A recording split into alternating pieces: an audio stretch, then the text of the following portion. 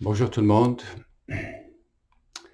Il y a à peu près 50 ans, dans ma vie, je voyais un moine qui habitait dans une cabane dans les bois. J'allais le voir pour la direction spirituelle de façon régulière. Et un jour, j'ai été le voir dans sa petite poustinia. Il avait un petit feu là qui brûlait. C'était juste une toute petite pièce. Il avait son lit, une grosse croix de la taille d'un homme sur le mur, sa table où il avait ses livres pour étudier, prier, et puis un feu qui brûlait parce que c'était l'hiver quand j'étais le voir à ce moment-là. La neige partout, c'était beau. Je me souviens la senteur de la résine et de la beauté du froid, et puis il faisait noir, et puis j'ai été le voir et j'ai dit, écoute, mon père, j'aimerais que tu m'apprennes à prier. Mais tu vas apprendre à prier. J'ai dit, oui, j'aimerais apprendre à prier. J'étais déjà un homme de prière, là. Mais je voulais dire quelque chose de beaucoup plus profond que ça. J'avais 18 ans, 17 ans. Je voulais approfondir ma prière et je lui ai dit, apprends-moi à prier. Il m'a dit, fais ceci, Francis. Répète cette petite prière que je vais te dire. Seigneur Jésus, Fils du Dieu vivant, prends pitié de moi, pécheur. Il m'a dit, s'il te plaît, répète ça. Ok, j'ai répété. Il dit encore. J'ai répété.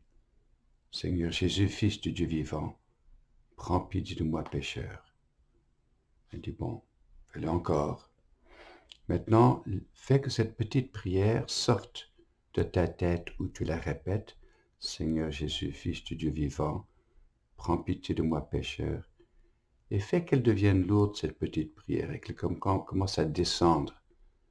Descendre, là, est-ce que tu sens qu'elle est dans ta gorge? Ok, oui, peut-être. Seigneur Jésus, Fils du Dieu vivant, prends pitié de moi, pécheur. Fais qu'elle descende et qu'elle descende, et puis qu'elle passe par ta gorge.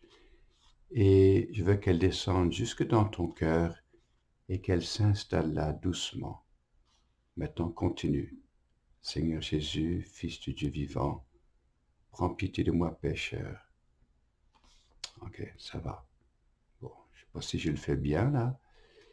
Il me dit, bon, maintenant, Francis, je veux que tu continues ça, à répéter cette petite prière à chaque fois que tu y penses, tous les jours de ta vie. Tous les jours de ma vie? Oui, tous les jours de ta vie. Oh oh! Je me suis dit, ça fait quelques années devant moi, là. Il y a 50 ans, j'ai appris cette petite prière. Seigneur Jésus, Fils du Dieu vivant, prends pitié de moi, pécheur. Et quand je m'éloigne de l'évangile d'aujourd'hui, de cette fin de semaine, où Jésus, dans le chapitre 5, 6 et 7 de Matthieu, nous donne un peu la grande ligne de la vie chrétienne catholique, la vie de disciple. Il commence en donnant des petites directives. Bienheureux les humbles, bienheureux les doux, bienheureux ceux qui sont miséricordieux avec les autres, parce qu'on est tellement rapide à juger et condamner ceux dans notre bureau, ceux dans notre famille. Oh, on juge facilement et on condamne. On n'écoute pas le cœur de l'autre. Bienheureux ceux qui ont le cœur paisible, qui ont le cœur pur. Ils verront Dieu. C'est magnifique. C'est la charte du Créateur pour que la créature apprenne à redevenir humaine et non pas un monstre. Chapitre 5 de ce dimanche, c'est ce qu'on appelle les béatitudes, des attitudes qui touchent le cœur de Dieu. Et en chapitre 5, 6 et 7, Jésus développe ces béatitudes en nous rappelant de comment prier, comment être vis-à-vis les autres dans la miséricorde, de ne pas condamner, de ne pas juger, etc. Alors, c'est un texte magnifique qui commence cette année A, l'année de Matthieu, qui nous invite à méditer l'évangile de Matthieu cette année. Et ça commence, comme j'ai dit, avec cette béatitude, bienheureux les pauvres de cœur, les humbles, qui ne sont pas rapides à juger et condamner les autres, mais qui commencent en disant, Seigneur, prends pitié de moi, pécheur. Je suis le premier qui doit renouveler ma vie par ta grâce. Alors, je vous laisse ça comme une petite réflexion. Seigneur Jésus, Fils du Dieu vivant, prends pitié de moi, pécheur.